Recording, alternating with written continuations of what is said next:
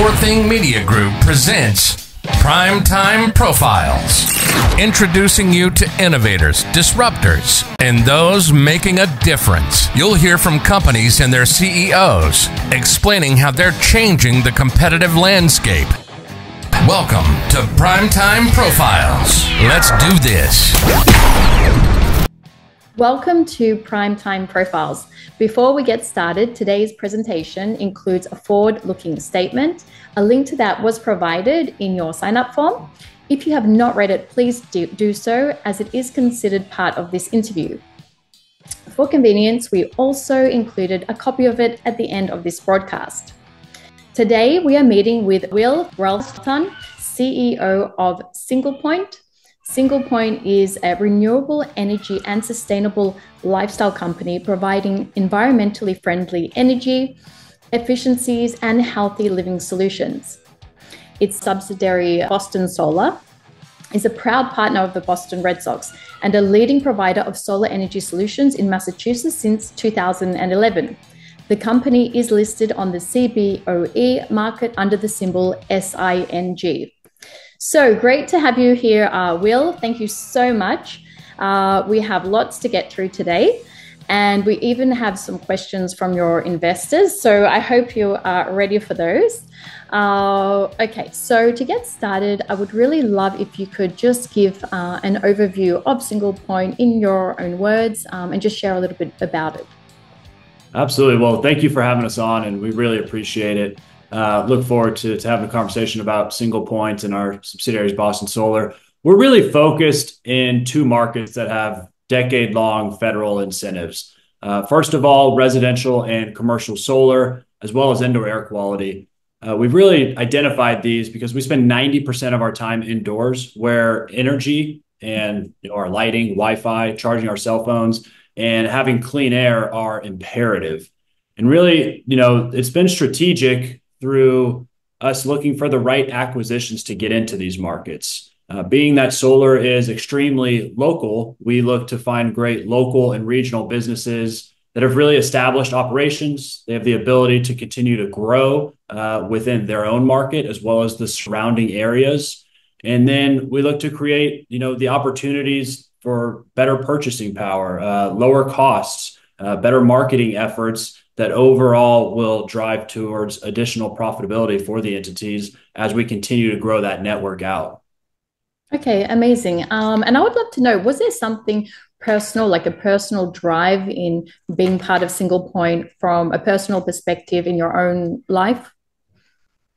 Well, part of that is just energy and our energy security and our future. Alone from being a part of this company for quite some time and just having a personal drive to make this company very successful. Part of it's the markets we choose to serve and the people that we choose to serve. It's important that we secure our energy future. We've seen plenty of start with storms and people losing power and how devastating that can be. To have always on power through implementation of solar and the ability to have energy storage, but also after those, floods or whatever it might be, you need to ensure that you always have good indoor air quality, because indoor air quality is extremely important for our health. So overall, we feel really good about what we're doing, and we can find great businesses. We can drive profitability and continue to grow them, knowing that the products we're supplying are also helping further our energy future security, as well as our indoor air quality. And we believe that's going to be across the board. It's not just going to be solar or energy storage. There's going to be a lot of different components, such as nuclear and other energy types that help secure that future of energy. And so we look to be a part of that equation. Amazing. I guess it's also life-saving and has such a big impact on health. So I love that. Amazing. Now, you mentioned your subsidiary, Boston Solar. That asset is a major value driver and is earning headlines. Tell us a little bit about them. We've done over 6,000 installs. They've got over 1,100 five-star Google reviews. And we've just done some high-profile installations, such as the MGM Music Hall at Fenway Park with our partnership with Boston Red Sox. And we've got a few others that'll be announced soon that we're very excited about. Some large manufacturing names out there that have facilities in multiple parts of the world. Overall, it's been the years of building within the community around Massachusetts and providing that superior experience for our customers that have helped drive the value at Boston Solar and really helped us turn that into our platform business. So we're excited about the future of Boston Solar. We're excited about being able to find other businesses like it in other regions because ultimately solar is extremely local. The way that people go solar and the incentives that are there in Massachusetts are way different from, say, Arizona, California, or any of the other large markets out there. So being a part of that industry up in Massachusetts and New England, where it's really leading the way for solar adoption and renewable energy adoption, to be on that front line really helps us set up the future of the next acquisitions and what that looks like. Amazing. And would you say you are then the go-to in Massachusetts, or how is the competitive market? Yeah, we're absolutely one of the go-tos in Massachusetts. Being that our name is Boston Solar, it's very hard to get away from us when you're looking online for solar in Boston or Boston Solar, how to go solar in Boston. And you have the stocks too to add to that. That helps a lot. It's absolutely a great partnership for us, provides a lot of credibility. But overall, it's really the customer experience and the reviews. We drive a lot of business just through word of mouth because, let's face it, there's some poor parts of the solar industry that don't necessarily operate within the highest, ethical means, I'll call it. Sure. And so when those words get around and somebody says, "Hey, look, we worked with this company. They were great. They helped us the entire way." And then, they provide great customer service post installation. That really helps. So having, 6,000 installs and over 1,100 five-star Google reviews, plus the word of mouth around Massachusetts has really helped solidify that business and being a go-to. We're also recently ranked as a top 5 provider in Forbes, as well as This Old House, and specifically for our customer service and our production guarantees. Amazing. I love to hear that because I think that comes down to as well integrity and values of the company, not just what you provide. And I guess that's building everything up. And that's why that's why you have so many good reviews, because it's not always just about the product. Like you said, it's coming back afterwards, the ongoing relationship and the integrity of the company. So that's wonderful. That's what it's all about. Yeah, definitely. So Boston Solar announced a recent deal with Solarize NE. Can you tell us a little bit about that deal? Yeah, we're really happy with that. That opens us up to additional market share within Massachusetts and New England. Really, it's estimated to be about 500,000 new homes that we don't currently or haven't currently marketed to.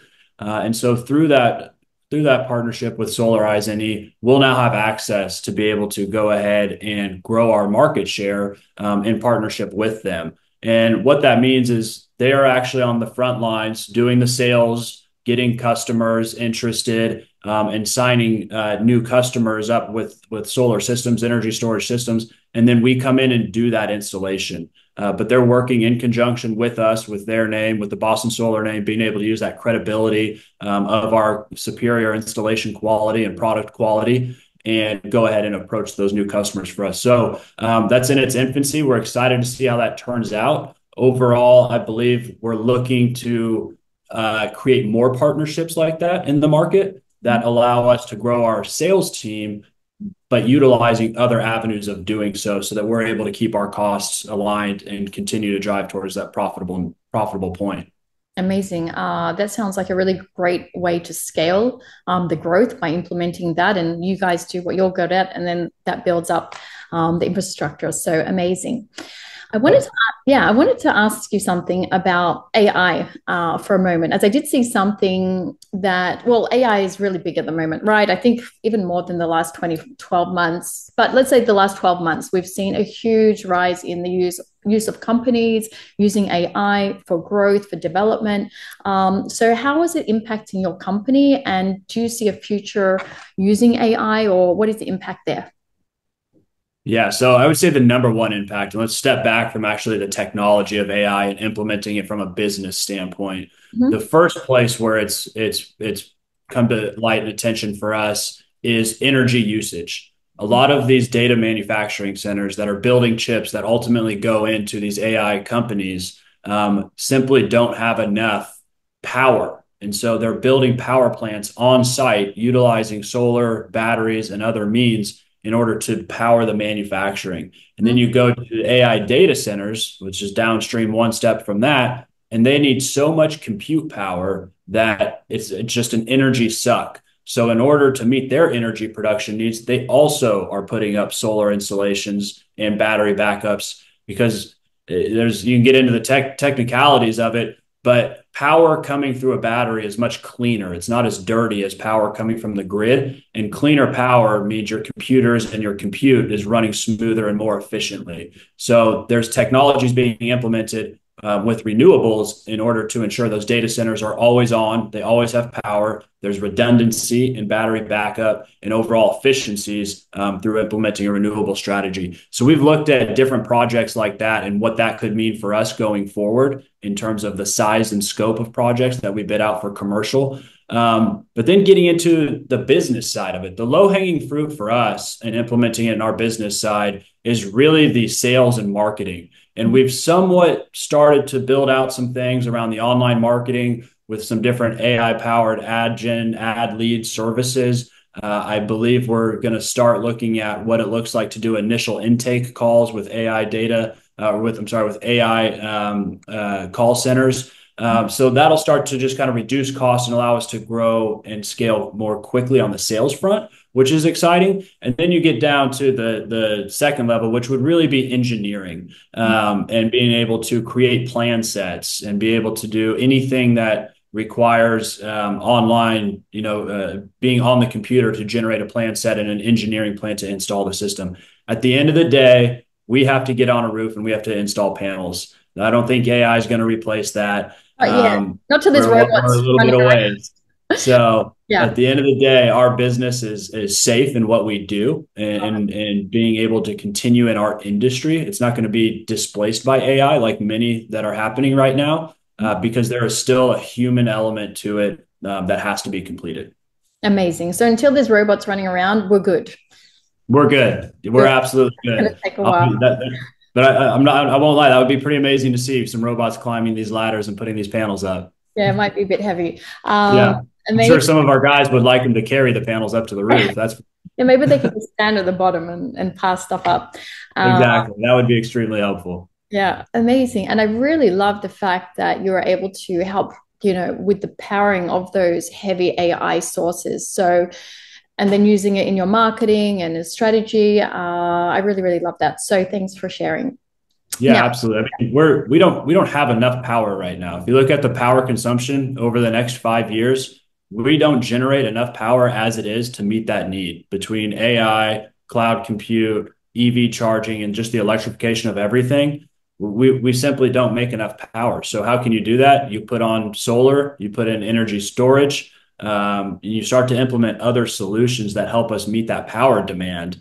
And ultimately, because of that, the only person that's really getting hurt in this is the consumer, the retail and the residential and the small commercial business, because utilities are just pumping up energy prices because there's not enough energy.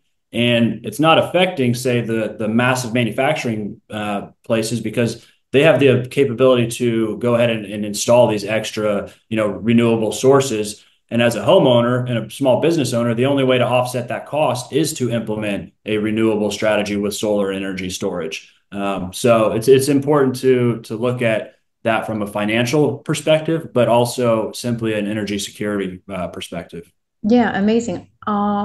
Now, let me ask you, do you think that people will be, because everyone speaks about how expensive energy is and the bills are going up and it's really hard for people to maintain.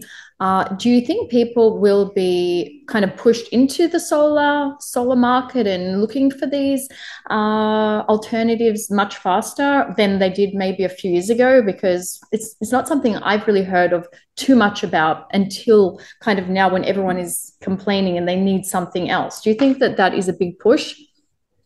It's a massive push. I heard a quote the other day from a very well-known CEO that is in the EV space, so you can imagine who's the number one leader. And he had said that in traveling through Australia, he came across places where it said energy was a luxury. Electricity was a luxury because it had gotten so expensive. Yeah. And I think that people are starting to feel that in the States here as well. Here in Arizona, we just had a 25% increase this past year. So, Yeah. that's a big number. When you used to just pay your utility bill and it was $100 a month, and now all of a sudden it's 150, and some people going up to five, six, seven, $800. That 25% overnight is a huge deal, and it's cheap here in Arizona. For perspective, we pay about 15 to 19 cents a kilowatt hour. In Massachusetts, they're paying upwards of 45 cents. So when they have 25% increases, it's a big deal. So in short, yes, I think that it's a push, both from a local policy perspective and incentive perspective, but also to ensure that you can always have power. Sometimes I use the analogy of, if anybody could go back 10 or 15 years and buy their gas, their pumped gasoline for their vehicle, for the next 25 years at a fixed price, you would do that. Yeah. Every single time. There's no way you would say no to that. So that is what adopting solar is at your house or at your business. You're locking in the price of your energy for a long duration of time. Yeah, I love it. I mean, I've started to say in my family, turn off the lights and no air conditioning on all night, because of the rise and everything. And I've never really had to do that. So now I'm just like, did the lights go off there? Everyone, being much more conscious of it because of the increase. Absolutely. So maybe we need some solar paneling in here. It's a factor now. Yeah, it's a factor. Energy efficiency, solar, it's all going to come into play, and it already is. And just again, looking at it financially speaking, it's important to ensure that you have the ability, because you don't want to not have power. You don't want to wake up and say, "Wait a minute, I turned my lights on, I don't have power." Yeah, we need our coffee in the morning, right? Exactly. All right, amazing. I love these answers. Thanks so much. So, are you ready to take on some questions from the investors? Absolutely. All right, let's go for it. We're not going to use names just for privacy reasons. We will use initials or anything from where they came in from. So we have AGJC from Stock Twits. His question was, I have been a patient shareholder for over 2 years. I understand that companies need to lay the groundwork for growth. What has been done on that front to keep my confidence? Absolutely. Well, first of all, we appreciate you. You've been with us for 2 years. You've seen a lot of different things happen within the business. The biggest thing that we've done is we've established ourselves. 2.5, 3 years ago, this was a company with sub $1 million in revenue. And now our last reported K was over $26 million in revenue. So we've established the business and planted our flag there. The next part of that is stuff we've talked about, and financial means we've talked about since the beginning of 2023 or 2024 here, which is reducing overhead, reducing costs of doing business so that we can ultimately make that turn to profitability. And that stuff just takes time. It's not an overnight switch for us. Being in construction, it takes time for those financial cuts to move through the P&L, to move through the balance sheet. But we've effectively removed about $3.1 million of overhead that came from redundancy in technology stacks, came from just various different places that'll allow us to make that turn to profitability. And that's really what our goal is to build that platform, establish that platform in Boston Solar, and then rinse and repeat in others. And as we've gone through this, there's absolutely some improvements that we can do on our side in terms of decision making and being identifying those things quicker. And that's what we look forward to in the future. Okay, wonderful. Okay, so that's a lot of groundwork completed. What do you think that the investors want to see before rewarding you with value? Profitability. We're in a market right now that you need to be cash flow positive, or at least break even. Prior to, I would say 18 months ago, it was, a high tide. All ships were great. The markets were hot. There was lots of valuations that were excessive. And then the tide went out, and everybody that didn't, that didn't have everything cleaned up was exposed all of a sudden. Thankfully, we've been able to build a great business during that time. But valuations are tight. I mean, last year, 7 companies held up the entire S&P, the Magnificent Seven, right? So you've had a tough time in small caps, and that's where we're at. and overall, the general market, considering that it was only up because of 7 companies in that entire portfolio. So, we make that turn towards cash flow neutral and then get to cash flow positive and then start dropping some profitability. We're going to start seeing those valuations. And as soon as we start to see that run again, that bull run in the market, we will be prepped and primed for that, for that time. And that's when we really want to be ready in order to make the next acquisition, get our house really clean and in order and operating efficiently, and when the market's ready to grow, we'll be right there to make those acquisitions and continue to grow with it. Okay, wonderful. So basically, in short, do what you're doing, right? You're going in the Just right continue direction. to execute. And it's been there's a lot of different things we have to execute on. It's not always immediately identifiable, but they will continue to come out and you'll continue to see them. Wonderful. So the next question is from PZ from iHub. Your updates keep talking about Boston Solar deals. Can you discuss the revenues being generated by Boston Solar and how they can and should benefit SinglePoint valuations?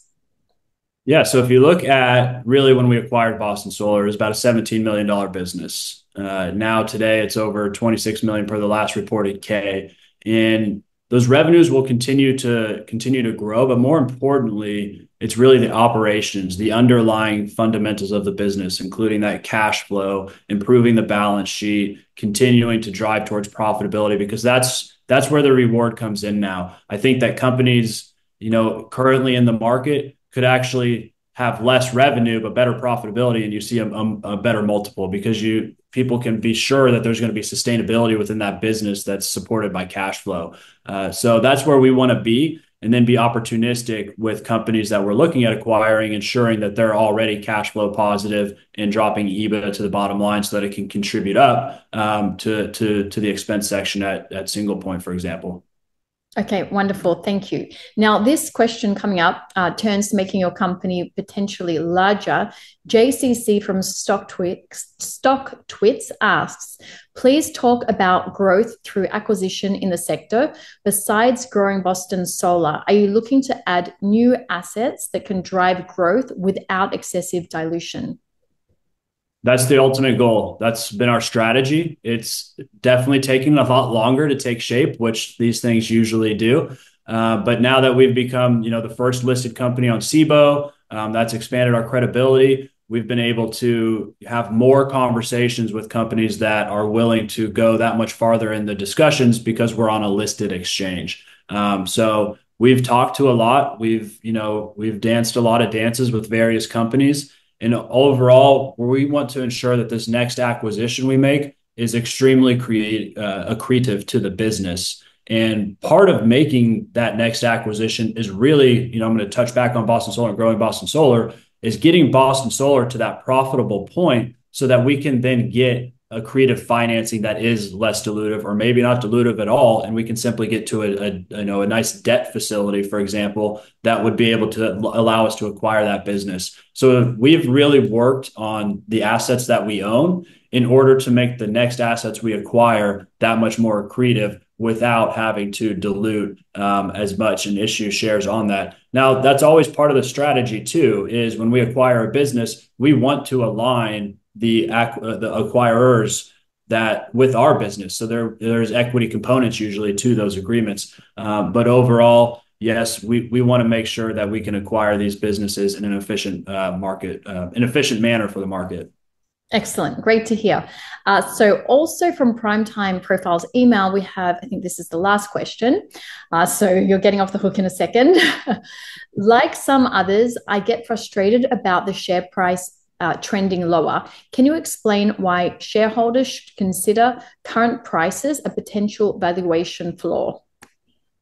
Yeah, being in this in the CEO role for the last few years and seeing that price go lower is I share the frustration because I can see directly the improvements to the business that we've made and that we continue to make. So our job is to continue to execute those, effectively relay those until we start to see that turn. And I think it's both the turn in the financials and the profitability at Boston Solar, but also a turn in the small cap markets. We've seen, a couple times this summer where it's tried to have another entry point and to try to make that turn. But overall, its valuations have been extremely compressed this year, and it's just a reality of one, the market in general. Two, the solar industry has not had an easy year this year. There's been almost, I believe, 200 companies in the residential commercial solar space that have gone under, which is extremely unfortunate. But that means valuations have been compressed, and we believe that surviving and advancing is the most important thing we can do. So that again, when we start to see that market turn, we can be acquisitive at a lower multiple, and then be able to ride the multiple up as the market continues to grow. So we'll see this start to turn, in my opinion, hopefully in the near term, when we start to see interest rates go down and the market start to rebuild. That's been a huge factor for these solar businesses, as homeowners go to get a loan and take a loan out to go solar, and the interest rates are just out of market for what they're able to do. So we're excited about the future of this, and we're here for the long term. We're going to continue to survive and advance. That's the objective, and then grow with the market when it starts to rebound as well. Amazing. Will, you took some fire there, and thank you for being so honest, transparent, and really you can see the value that you have and the growth actually that is on its way up. So really, really thank you for being so honest with investors. Before we end this interview, is there anything that you would like to add about what investors can expect in the coming quarters, or anything at all that we might have missed in this interview today? We just want to, continue to move forward. It's been a tumultuous year, there's no doubt, and I can appreciate taking the arrows. They're deserved. So we'll do our best to continue answering these questions, and hopefully doing additional interviews like this to continue to keep investors up to date. We want to we got to continue to get filed and ensure that the financials are up to date and out there for investors to review and everybody else. So that's goal number one right now. Continue to get that done. And then continue to make these installations at Boston Solar. We've got a few nice commercial projects that are wrapping up, and for this year, we're going to really push on the commercial side, and then continue to grow that residential side from some of these new sales partnerships that we have coming in. So appreciate your time and appreciate you, having this interview today. Yeah, thank you for that, Will. So where can investors go to learn more about SinglePoint and the milestones you intend to reach? Yeah, so SinglePoint.com is the best place. If you sign up for our email list, you will get, we do usually a weekly digest, both about company initiatives as well as industry initiatives and what's been going on there. So definitely sign up for that, and follow the company on our X channel, _SinglePoint_. Okay, wonderful. And can I say that you would be willing to perhaps continue this conversation offline for anyone that wants more information? They can reach out. Yeah, so you'd go to SinglePoint.com and submit anything there, or investors@SinglePoint.com. Okay, wonderful. So that concludes today's Primetime Profile. If you would like to rewatch or share this interview, it can be accessed through On Demand on 1 hour from now. Until next time, I'm Nicole saying bye and stay Primetime. You've been listening to Primetime Profiles, presented by Sure Thing Media Group. We love introducing you to innovators, disruptors, and those intending to make a difference to innovative publicly traded companies in biotech, consumer, financial, and the technology landscape. We hope you enjoyed the show. We had a blast. Make sure to like, rate, and review the show. And we'll be back soon. Till then, see you next time on Primetime Profiles.